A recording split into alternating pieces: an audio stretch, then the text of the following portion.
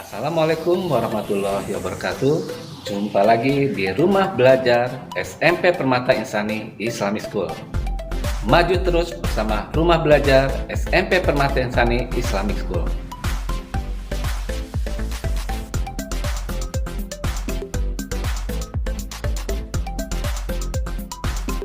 Halo anak-anakku, apa kabar kalian hari ini? Semoga kalian dalam keadaan sehat walafiat dan selalu semangat dalam belajar. Walaupun pembelajaran kita hari ini adalah pembelajaran jarak jauh atau pembelajaran daring, tapi itu bukanlah kendala buat kalian untuk tetap terus belajar. Nah, pembelajaran kita hari ini adalah tentang teks persuasi. Tapi sebelum kita belajar, alangkah baiknya kita berdoa terlebih dahulu supaya apa yang kita pelajari hari ini akan bermanfaat dan berkah buat kita semua. Berdoa dimulai.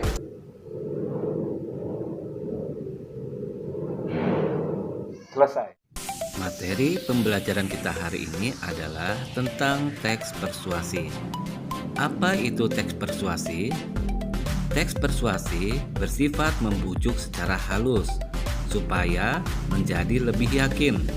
Teks persuasi berisi ajakan atau larangan, dan teks persuasi berisi saran kepada orang lain. Jadi, definisi atau pengertian dari teks persuasi adalah suatu paragraf yang isinya berupa ajakan atau membujuk pembacanya agar melakukan atau mengikuti apa yang penulis ungkapkan di dalam sebuah teks. Berikutnya, ciri-ciri teks persuasi. Yang pertama, berisi argumen, di mana di dalamnya terdapat pendapat disertai data dan fakta. Yang kedua, menggunakan kata ajakan. Biasanya terdapat kata-kata ayo, mari, lakukanlah, ataupun kata-kata yang berakhiran lah. Kemudian berusaha meyakinkan, melakukan apa yang penulis tulis.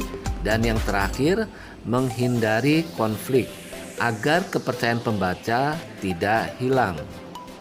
Selanjutnya adalah tujuan teks persuasi, yaitu merayu, membujuk, mempengaruhi agar orang lain mengikuti apa yang diinginkan oleh sang penulis.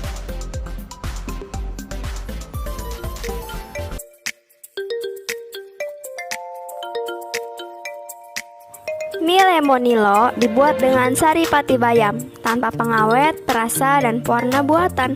Proses pembuatannya dipanggang, bukan digoreng. Mie lemonilo aman dikonsumsi setiap hari. Harga nambah dikit, manfaat nambah banyak. Mie lemonilo juga terdapat 4 varian rasa loh. Ada mie rebus rasa ayam bawang, rasa kari ayam, mie goreng, dan mie pedas Korea. Bersama lemonilo, menuju generasi hebat. Kita lanjutkan kembali pembahasan kita tentang struktur teks persuasi. Di sini terbagi ke dalam 4 bagian. Yang pertama, pengenalan isu, berupa pengantar atau awalan pada teks yang mengenalkan isu atau permasalahan yang akan dibahas pada sebuah teks.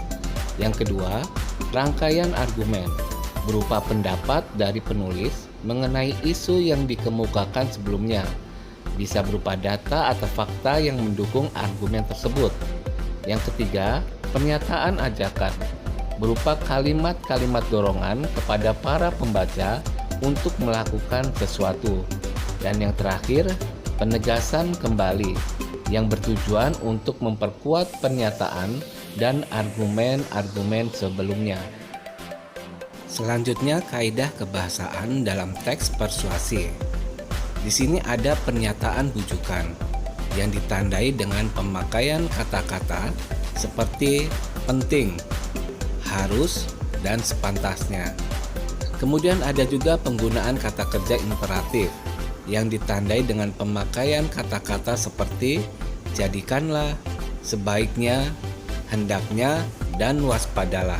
Kaidah kebahasaan berikutnya adalah tentang penggunaan kata-kata teknis yang berkenaan dengan topik yang sedang dibahas. Kemudian ada kata penghubung argumentatif, seperti kata-kata jika, sebab, karena, dengan demikian, akibat, dan oleh karena itu. Ada juga kata kerja mental, seperti memprihatinkan, memperkirakan, mengagumkan, dan lain-lain. Dan yang terakhir ada kata perujukan, seperti berdasarkan data dan merujuk pada pendapat. Berikutnya adalah bentuk-bentuk teks persuasi, terbagi ke dalam 3 bagian. Yang pertama, bentuk pidato, misalnya propaganda, kampanye lisan, dan promosi niaga.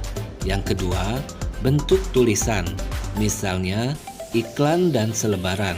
Dan yang ketiga, bentuk elektronik, misalnya iklan di televisi, bioskop, maupun di internet. Adapun langkah-langkah dalam menyusun sebuah teks persuasi terbagi ke dalam 5 bagian. Yang pertama, menentukan topik, di mana penulis akan lebih fokus dan tidak terpecah memikirkan hal-hal lain. Yang kedua, menentukan tujuan, di mana teks persuasi memiliki tujuan utama untuk meyakinkan pembaca.